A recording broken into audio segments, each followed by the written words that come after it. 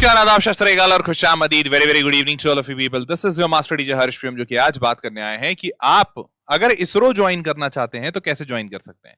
एक developing country इतना बड़ा प्रयास कुछ कर ले और इतने आगे पहुंच जाए, ये अपने आप में लोगों के नजरों में बड़ा खटकता सा है। क्योंकि कहते हैं ना कि घर में वो वाला बच्चा जो बड़ा शान सा रहता था, जिसके माता पिता गरीब थे, जो बहुत ज्यादा तेज नहीं था, अगर वो एक दिन आईएएस ऑफिसर बनने लगे तो लोगों के आंखों में खटकता है कि अरे अरे ये तो छोटू है अपना, ये आईआईटी का निकाल गया, ये आईएएस ऑफिसर बन गया, अरे ये तो छोटू है, ये कैसे कर सकता है। तो भारत की छवि पूरे दुनिया के सामने वो छोटू वाली थी कि यार ये छोटू कैसे कर सकता है। लेकिन आज ये छोटू आईएएस ऑफिसर बन रहा है, आज ये छोटू आईआईटीएन बन रहा है। तो लोग देख रहे हैं भारत, ये वो वाला भारत जहां वो सपेरों वाला देश जिसको बोलते थे, अच्छा यहां पे लोग तो बड़े गरीब होते हैं, अच्छा इनको पहनने का खाने का नहीं है।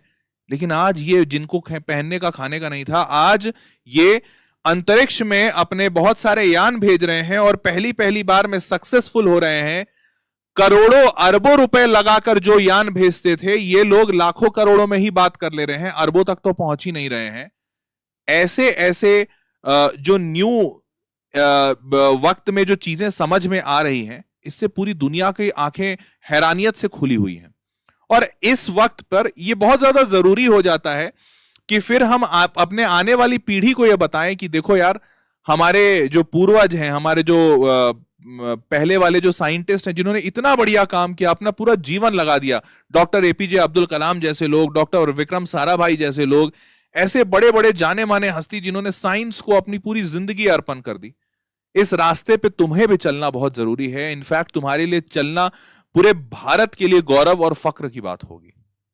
तो ऐसे इंस्टीट्यूशन में मुझे शायद लगता नहीं कि मुझे जरूरत है कि तुम्हें मोटिवेट करूं कि यार तुम्हें यहां जाना चाहिए। शायद खुद से वो देशभक्ति हर इंसान के अंदर आ जाती है कि यार नहीं, ऐसी जगह तो जरूर जाना है जिससे हम भारत का नाम रोशन कर सकें, जिससे हम ऐसे पद चिन्हों पर चल सकें जहां पर इतने बड़े और शूरवीर साइंटिस्ट लोग चले हैं, जिनका नाम सुनते ही अपने आप सर झुक जाता है। तो इस इसरो का सेशन आज मैं इसलिए भी लेकर आया हूं क्योंकि मेरे भी दिल के बड़े करीब है ये बात कि यार कोई बच्चा, मेरा बच्चा इसरो जैसी जगह में जाए। और जब मैंने इसके लिए डेटा निकाला, हासिल किया, मैंने जानने की कोशिश की कि एक बच्चा इसरो में कैसे जा सकता है, इसरो डीआरडीओ जैसी इतनी बढ़िया जगह जहां से वो देश का सेवा कर सके टेक्नोलॉजी और साइंस के थ्रू, तो मुझे बहुत आश्चर्य हुआ कि इतने सारे तरीके हैं और आसान तरीके हैं जिससे बच्चा इसरो जैसी जगह में जा सकता है। मैं जब आपके उम्र में था तो सच बताऊं तो मुझे बहुत सारी चीजें पता थी, बट मुझे भी नहीं पता था कि मैं इसरो अगर जाना चाहूं तो कैसे जा सकता हूं। अब पता नहीं उस वक्त ये सब होता था कि नहीं होता था, लेकिन अभी तो है। तो चलिए आज इस वीडियो में जानेंगे कि आप इसरो कैसे ज्वाइन कर सकते हैं, यहां ज्वाइन करने के लिए क्या क्या रिक्वायरमेंट्स हैं, ज्वाइन करने के बाद की लाइफ कैसी होगी और बाकी के सारे डिटेल्स। तो वीडियो पे बने रहिए।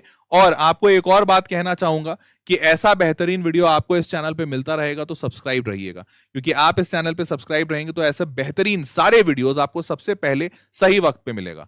आज दोपहर में मैंने एक वीडियो बनाया कि इंडियन एजुकेशन सिस्टम में वापस से एक बड़ा चेंज आ रहा है, और टाइम्स ऑफ इंडिया का आज न्यूज है कि बहुत जल्दी चांसेस हैं कि 2024 में यह लागू कर दिया जाए कि बोर्ड एग्जामिनेशन अब से 2 बार होंगे, साल में 2 बार होने के चांसेस बन रहे हैं बोर्ड एग्जामिनेशन के।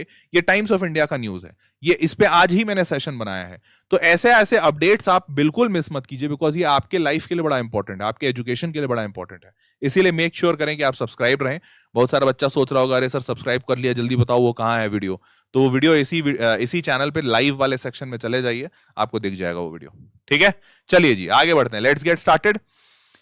इसरो साइंटिस्ट कैसे बनते हैं, तो चलिए, अच्छा रुक जाइए अभी, मतलब वो सीबीएसई वाला वीडियो मत खोजने लगना, ये वाला वीडियो बहुत इंटरेस्टिंग है, पहले इसको देख लो कि इसरो साइंटिस्ट कैसे बनते हो, वो तो रखा ही हुआ है चैनल पे, देख लेना। चलो भाई, तो इसरो पहले इनकोस्पार के नाम से जाना जाता था, मतलब Indian national committee for space research. वैसे आपको बता दूं, आप कभी इंटरनेट पे खोजिएगा तो डॉक्टर विक्रम साराभाई और होमी भाभा, इनका एक फोटो है, गूगल पे आप देखिएगा, डॉक्टर विक्रम साराभाई करके लिखिएगा। तुम्हें वो फोटो देखकर तुम्हें महसूस होगा कि तुम देश के मिट्टी के कितने करीब हो और कितनी ज्यादा जरूरी काम करने के लिए अपने आप को साध रहे हो। तुम्हें उसमें एक गूगल पे एक बहुत पुराना फोटो है, बहुत फेमस है, जहां पे साइकिल पे डॉक्टर विक्रम साराभाई हैं और उनके साथ कोई है, मतलब मेरे को एग्जैक्टली फोटो नहीं पता, बट साइकिल पे 2 साइंटिस्ट जा रहे हैं और वो साइकिल पर एक रॉकेट का हिस्सा रखे हुए हैं और उसको लेके जा रहे हैं टेस्ट करने के लिए। महसूस, मतलब जब तुम वो फोटो देखोगे ना, तुमको महसूस होगा कि किन विषम परिस्थितियों में हमारे साइंटिस्टों ने यहां तक इसरो को पहुंचाया, यहां तक हमारे भारत को पहुंचाया। यार साइकिल पर, मतलब बड़ी गाड़ी नहीं थी, मोटर गाड़ी नहीं थी, वो सब छोड़ो, उनके खुद के पास कुछ नहीं था, चप्पल पहने हुए, नॉर्मल शर्ट और पैंट पहनकर साइकिल पर वो रॉकेट का हिस्सा रखकर लेकर जा रहे थे रॉकेट की टेस्टिंग के लिए। समझ पा रहे हो? ये गूगल पे सर्च करना, बहुत ही पुराना सा फोटो है, मैंने देखा था तो मतलब ऐसा महसूस हुआ कि यार आंखों से आंसू निकल जाएंगे, लगा कि यार भाई साहब, मतलब क्या किस लेवल की चीज ये लोग कर रहे थे। तो इसरो पहले इनकोस्पार के नाम से जाना जाता था। इसरो फॉर्म्ड हुआ 15 अगस्त 1969 में। ISRO is a major constituent of department of space, DOS, government of India. The prime objective of ISRO DOS is to development of application space technology for various national needs. ISRO has its headquarter in Bengaluru. आपको एक और अच्छी बात बता दूं, इसरो को तो हमने शुरू किया था, तुम्हें पता है इसरो हमने इसलिए शुरू किया था, ये तो कारण था जो हमने सबको बताया कि भाई हमें स्पेस में, साइंस और टेक्नोलॉजी में आगे बढ़ना है। बट सबसे बड़ा कारण ये था कि भारत को जिस वक्त इसरो शुरू किया गया था, उस वक्त इंटरनेशनल फोरम्स में ना भारत को यही सपेरों का देश ही कहते थे कि अरे यहाँ भूखे नंगों का देश है। जैसे आज की डेट में हम किसी थर्ड वर्ल्ड कंट्री को बोलते हैं ना, वैसा भारत के बारे में बोला जाता था। तो उस वक्त के नेताओं ने, उस वक्त के थॉट लीडर्स ने सोचा कि यार अगर इस तरीके की छवि रही तो हम कभी आगे नहीं बढ़ पाएंगे, और इस छवि को बदलने के लिए हमें साइंस एंड टेक्नोलॉजी में आगे बढ़ना बहुत जरूरी है। और हेंस गठन हुआ इनकोस्पार, इसरो जैसी संस्थाओं का। और उस वक्त से हमने शुरुआत की साइंस एंड टेक्नोलॉजी में आगे बढ़ने की। हमें उस वक्त भी नहीं पता था किसी को कि हम कितना आगे बढ़ पाएंगे, लेकिन बढ़ते बढ़ते बढ़ते आज इतना आगे बढ़ गए हैं कि बाकी किसी भी देश से हम सस्ते दाम पे कोई सैटेलाइट भेज पाते हैं। आपको पता होना चाहिए, आज इसरो का एक डिवीजन है जो यार मैं नाम भूल गया उसका, शिट, बहुत ही कुछ तो अच्छा डिवीजन है जो कमर्शियल आर्म है, इसरो का कमर्शियल आर्म है। इसका काम क्या है पता है? आउट ऑफ इंडिया के कंट्रीज के पास से प्रोजेक्ट लेना। प्रोजेक्ट मतलब अगर आपका मान लीजिए ये गया फ्रांस के पास और बोला फ्रांस को, अरे फ्रांस तुमको अपना सैटेलाइट भेजना है क्या? तो फ्रांस बोला हाँ भेजना है। तो अरे तुम अपने रॉकेट पे भेजोगे तो तुमको 400 करोड़ लगेगा, लाओ हमको दे दो, हम 200 करोड़ में भेज देंगे। ऐसा करके, और 200 करोड़ में जब हम भेजते हैं ना तो हमको उसमें भी बहुत मुनाफा होता है। तो ऐसा करके ये जो आर्म है, कमर्शियल आर्म, ये दूसरे देशों के पास जाते हैं और ये कहते हैं कि अगर आपको सैटेलाइट भेजना है आप हमारे पास भेज दीजिए, हम आपका सैटेलाइट भेज देंगे अंतरिक्ष में कम पैसे में। इतनी ज्यादा टेक्नोलॉजी हमने बढ़ा ली है, और आज के डेट में ये इसरो का जो ये कमर्शियल आर्म है, ये बहुत ही अच्छा मुनाफा भी जनरेट कर रहा है, भारत के जीडीपी में कंट्रीब्यूट कर रहा है। ठीक है, तो ये सब मतलब कहते हैं ना, बहुत ज्यादा फक्र की बात है, गौरव का बात है। और आगे बढ़ते हैं। फोरफ्रंट इन स्पेस रेस, अभी हम बहुत आगे हैं और सबसे ज्यादा आगे हैं, मतलब तुम ये समझो पूरी दुनिया हमें देख रही है। India's most brilliant minds work here, our beloved doctor APJ Abdul Kalam also worked here. ये यहीं, मतलब भाई तुम सबको पता है Abdul Kalam missile man of India, ISRO के सबसे अहम हिस्सा रहे हैं। Number of successful space accomplishments बहुत हाई है। Major space programmes launch by ISRO like Chandrayaan 3, और अभी हम लोग गगनयान पे एक और काम हो रहा है। गगनयान मतलब इंसानों को स्पेस में ले जाकर छोड़ना और फिर वहां से वापस लेकर आना, दैट इज गगनयान प्लान। और अभी हमारा इसरो गगनयान पे भी बहुत अच्छे तेजी से काम कर रहा है। ठीक है, चलिए और आगे बढ़ते हैं। अब ध्यान से देखिए, वाई इसरो। तो वाई इसरो के लिए तो मेरे को लगता है काफी मैं बता चुका हूं, बट फिर भी कुछ एक फैक्ट वाला डेटा बताता हूं तुम सबको। तो फैक्ट वाला डेटा ये है कि आपको पता होना चाहिए कि the big 5 space agencies in alphabetical order, सबसे पहले चाइना का नेशनल स्पेस एजेंसी। ये सबसे ज्यादा काबिल कौन है उस ऑर्डर में नहीं है, बस अल्फाबेटिकल ऑर्डर में है। तो चाइना का CNSA, यूरोप का तो यूरोपियन स्पेस एजेंसी, तो ये पूरे यूरोप सारे देशों का समूह वाला है। उसके बाद इसरो इंडिया का, जैक्सा जापान का space agency, and NASA is American space agency. ये टॉप 5 में हमारा नाम आता है, टॉप के 5 में हमारा नाम आता है। और इनफैक्ट अगर सही मायनों में बोलूं तो अगर एक देशभक्त बोल रहा है ना, तो इन सबसे ऊपर आता है। सिर्फ भावनाओं से नहीं बोल रहा हूं, कोई भी स्पेस प्रोग्राम हमने जो बनाया है वो इनमें से कोई भी स्पेस एजेंसी से सबसे ज्यादा सस्ता बनाया है, सबसे ज्यादा इफेक्टिव बनाया है, सबसे हाईएस्ट सक्सेस रेट रखता है इसरो, सबसे कम दाम पे। कहते हैं ना जुगाड़ वाला देश है हमारा, भाई साहब इस पे शर्म नहीं होनी चाहिए, इस पे फक्र होना चाहिए कि हम जुगाड़ से इतना कुछ कर लेते हैं, इतना कुछ कर लेते हैं कि आज पूरी दुनिया हमारा लोहा मानने पे मजबूर है।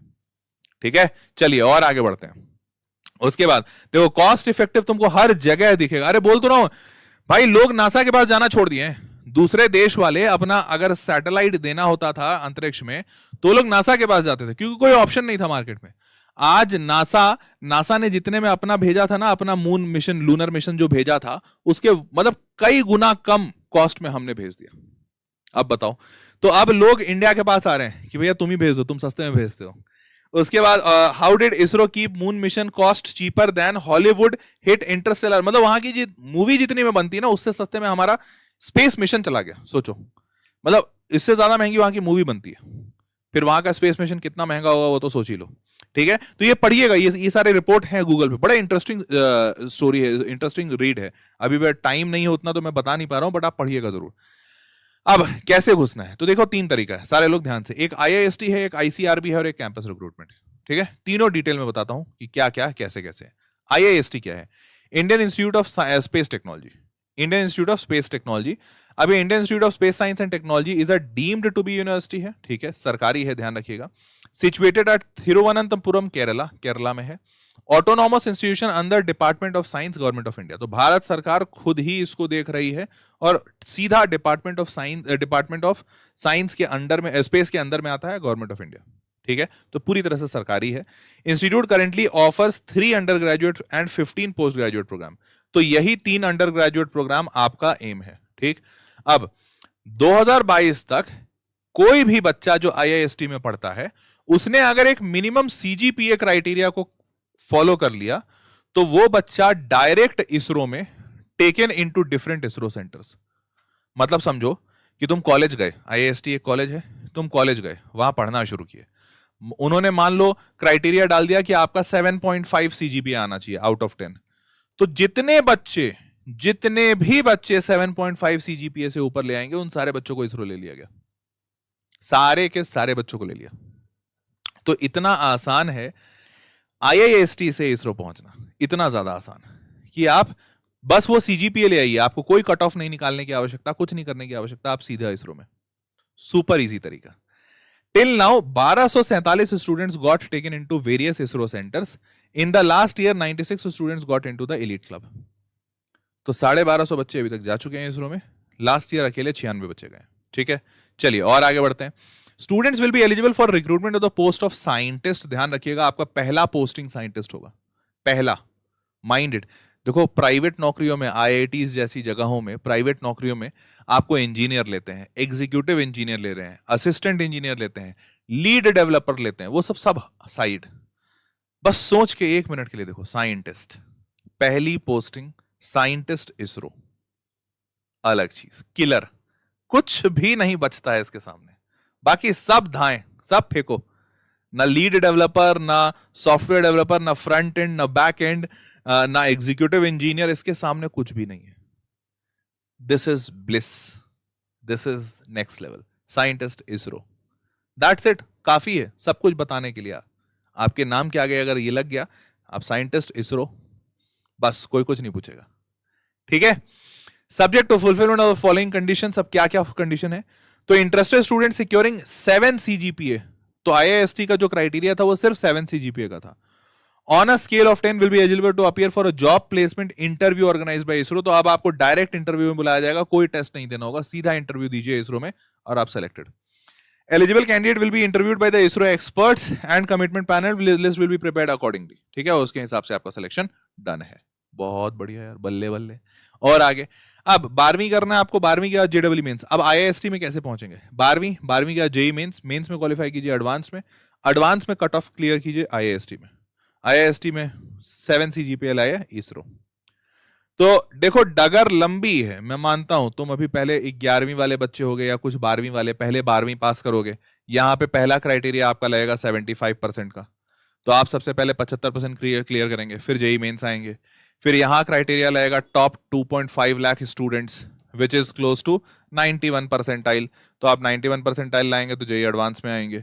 फिर JEE एडवांस में करीबन 7,000-8,000 रैंक के आसपास, मोटा मोटी मान लेते हैं 8,000 रैंक लाएंगे, तब आप IIST में जाएंगे। फिर आप IIST में 7 CGPA लाएंगे, 7 आउट ऑफ 10, तब आप इसरो में जाएंगे। लेकिन देखो अच्छी चीज है तो प्लेट में सजा के तो कभी नहीं मिलेगी। वो तो अगर सोच रहे हो तो तुम गलत सोच रहे हो, तुम अभी से सोचना बंद कर दो या फिर गलत लाइन में घुस गए हो बेटा।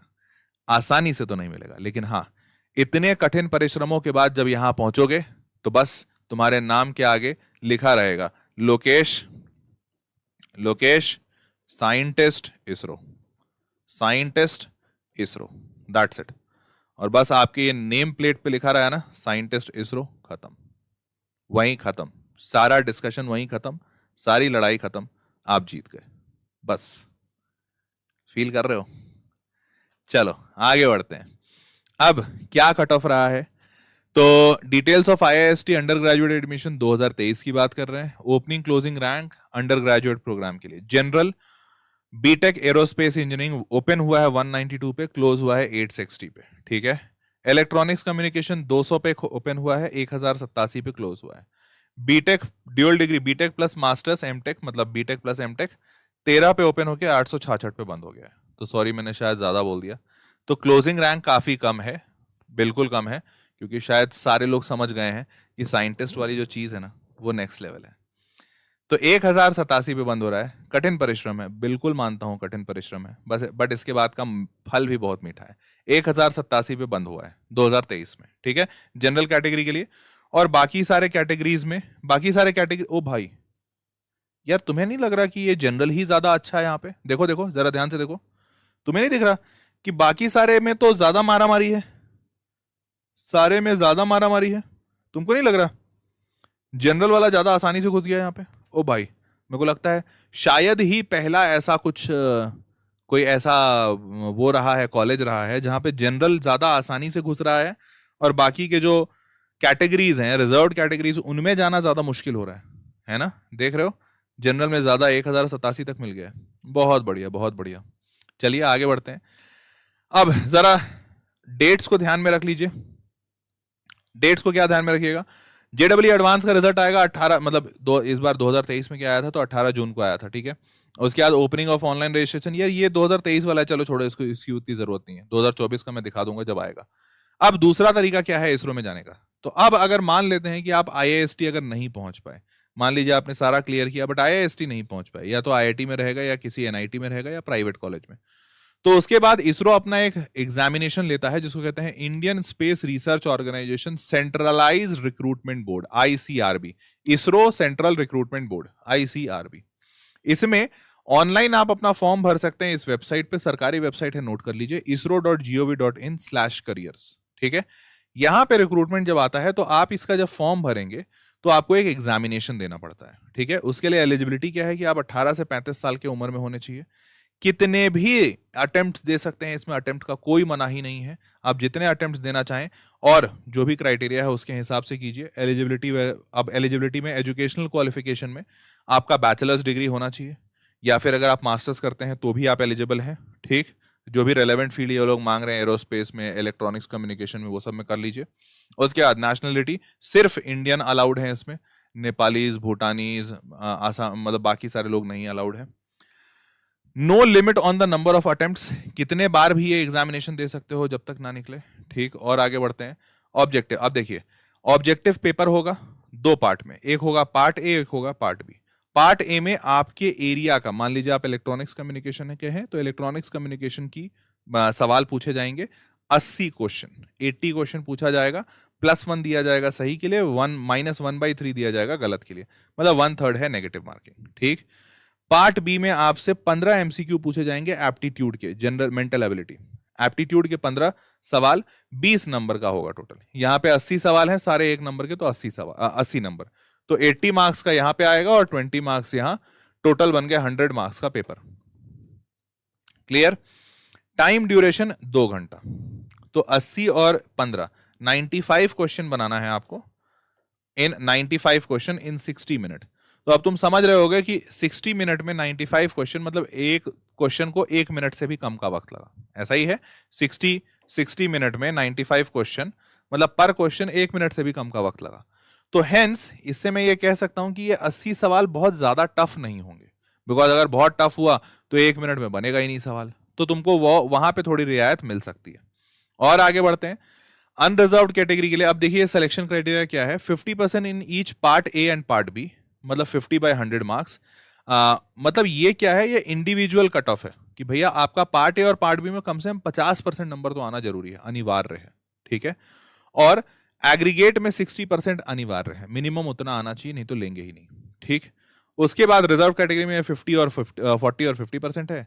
अब लेकिन फाइनल मेरिट लिस्ट कैसे बनता है, तो आपका एक होता है रिटन टेस्ट और रिटन टेस्ट के बाद होता है इंटरव्यू। रिटन टेस्ट में जितने नंबर आएंगे और इंटरव्यू में जितने नंबर आएंगे, इसका 50-50% लिया जाएगा, आधा नंबर यहां का और आधा नंबर यहां का, और इन दोनों को जोड़कर फाइनल मेरिट लिस्ट निकलती है, ठीक पाए, समझ गए सारे लोग। तो final merit list written test और सब्जेक्टिव के बेसिस पे निकलती है, सॉरी इंटरव्यू के बेसिस पे निकलती है। अब आगे बढ़ते हैं। एक अच्छा सॉरी माफी, अरे भाई मिस्टेक कर गए यार, सॉरी, अरे गलती से हो गया भाई, 120 है। अरे ठीक है चाचा, 95 120 मिनट में, 120 मिनट में, मतलब हाँ 120 मिनट में 95 सवाल, तो 1 मिनट से थोड़ा ऊपर टाइम मिला, ठीक है माफी चाहते हैं। चलिए आगे बढ़ते हैं। अब तो इसमें कैसे पहुंचोगे, ग्रेजुएशन कर लिया, कहीं से भी कर लो, आईसीआरबी का रिटन टेस्ट दोगे, रिटन टेस्ट दे लिया, इसमें फिर इंटरव्यू होगा, इंटरव्यू दे लिया, दोनों में अगर नंबर आ गए तो इसरो पहुंच जाओगे, ठीक है। हालांकि ये आसान नहीं होगा, क्यों, क्योंकि जब आप किसी दूसरे कॉलेज में हैं, पढ़ रहे हैं, तो वहां पे आप पढ़ेंगे, पता नहीं कितना पढ़ेंगे, फिर इस एग्जाम में पता नहीं क्या पूछेगा, वो निकलेगा कट ऑफ नहीं निकलेगा, फिर इंटरव्यू होगा, फिर यहाँ पहुंचोगे। थोड़ा कठिन है आईआईएसटी से, बट ये भी हो सकता है, ठीक है। तो ये हो गया दूसरा तरीका। और तीसरा तरीका है आईआईटी में या एनआईटी में या आईआईएससी में, ये 3 जगह इसरो जाते हैं। मतलब इसरो वाले जो लोग हैं वो भी रिक्रूटमेंट करते हैं, उनको भी अपना लोग चाहिए, तो वो रिक्रूटमेंट कहां से करते हैं, डायरेक्ट आईआईटी चले जाते हैं, या डायरेक्ट एनआईटी और डायरेक्ट आईआईएससी, ठीक है। आपकी जानकारी के लिए वैसे बता दूं, इन तीनों जगहों में से मान लो अगर 100 बच्चे सेलेक्ट होते हैं, मान लो अगर 100 स्टूडेंट सेलेक्ट होते हैं, तो करीबन 60 to 65 बच्चे सेलेक्ट होते हैं आईआईएससी से। बचे हुए कुछ 20 से 25% बच्चे, 20 से 25 बच्चे जो होते हैं वो सेलेक्ट होते हैं आईआईटी से। और जो बच गया मतलब समझ ही गए होगे, करीबन 10 से 20%, 10 to 20%, इतने बच्चे जो होते हैं वो सेलेक्ट होते हैं एनआईटी से, ठीक है। तो ये है सिलेक्शन का रेशियो, जनरली ऐसा ही होता है। आईआईएससी से सबसे ज्यादा बच्चे सेलेक्ट होते हैं, उसके बाद आईआईटीज, उसके बाद एनआईटीज, क्लियर। इनको हमेशा ऐसे बच्चे चाहिए होते हैं जो रिसर्च माइंड के बच्चे हों, जो ज्यादा डीप में पढ़ते हों, क्लियर है। हाँ, अब देखो, ISRO has set up space technology cells at premier institutions like Indian institute of Technology IIT Bombay, Kanpur, Kharagpur, Madras, Roorkee, Guwahati and Delhi, IISc Bangalore, and joint research program with Savitri Phule Pune University SPPU to carry out research activities in the area of space technology and application। तो इसरो अब बहुत तेजी से दूसरे colleges के साथ भी tie up करके उन जगहों पे रिसर्च की फैसिलिटी बना रहा है, ताकि आने वाले टाइम पे आप सारे बच्चे मोटिवेट हो सके और आप लोग स्पेस टेक्नोलॉजी में जाने की कोशिश करें। जब हमारा पूरा देश स्पेस टेक्नोलॉजी की तरफ जाने की कोशिश करेगा, तो सोचो अभी देश में अधिकांश बच्चा नहीं जाता है, आज के डेट में कोई भी बच्चा स्पेस में, बहुत कम बच्चे जाना चाहते हैं, तब इसरो इतना अच्छा कर रहा है।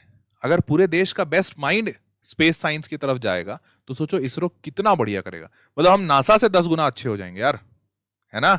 चलिए जी, तो कैंपस रिक्रूटमेंट में आईआईटीज एनआईटीज मैंने बता ही दिया। Every year ISRO calls IIST students as scientist as per their requirement, तो वो तो है ही, इजीएस्ट वे आईआईएसटी, ठीक है। चलो भाई, तो so is your dream job to be an ISRO scientist. कौन कौन लोग इस वीडियो के बाद इस बात का मन बना लिया है कि सर मेरे को हर हाल में इसरो में जाना है, मैं पूरी तैयारी, कोशिश, शिद्दत ये करूंगा कि मेरा सिलेक्शन आईआईएसटी में हो जाए, Indian institute of space science technology. कौन कौन बच्चा आज मोटिवेट हो गया पूरी तरह से कि सर मेरे को जाना है इसरो, जरा जल्दी से बताओ चैट बॉक्स में, मैं ये देखना जानना चाहता हूं कौन कौन बच्चा ऐसा है। चलिए, तो ऐसे ही बेहतरीन वीडियोस मैं आपके लिए इस चैनल पे लाता रहूंगा, आप सब्सक्राइब रहिएगा, सारा इंफॉर्मेशन मिलता रहेगा, क्योंकि अभी बहुत सारे अलर्ट्स आने वाले हैं, हो सकता है आईआईएसटी के डेट्स आए, इसके बारे में कोई अपडेट हो, तो I will give you that. तो मेक श्योर कीजिएगा कि आप सब्सक्राइब रहें, और जो भी अपडेट आता है, इवन चाहे सीबीएसई, चाहे जेई, चाहे मेंस एडवांस, जो भी हो, I will keep you posted. Okay, make sure करें कि सब्सक्राइब रहें, और कुछ भी चीज की रिक्वायरमेंट हो, कोई और टॉपिक पे आप वीडियो बनवाना चाहते हैं, तो नीचे कमेंट बॉक्स में लिख दीजिएगा। बस दैट वाज ऑल। वीडियो पसंद आया तो लाइक कर देना। मिलते हैं अगले वीडियो में, तब तक के लिए टेक केयर। मैं देख पा रहा हूँ बहुत सारे बच्चे लिख रहे हैं कि मी हमें जाना है इसरो, तो वेरी गुड, वेल डन। अच्छे से तैयारी करो। जेडब्ल्यू की पूरी तैयारी मैं आप लोगों को इस चैनल पे करवा रहा हूँ, आप चैनल फॉलो कर लीजिए। मिलते हैं अगले वीडियो में, तब तक के लिए take care, bye bye, good night.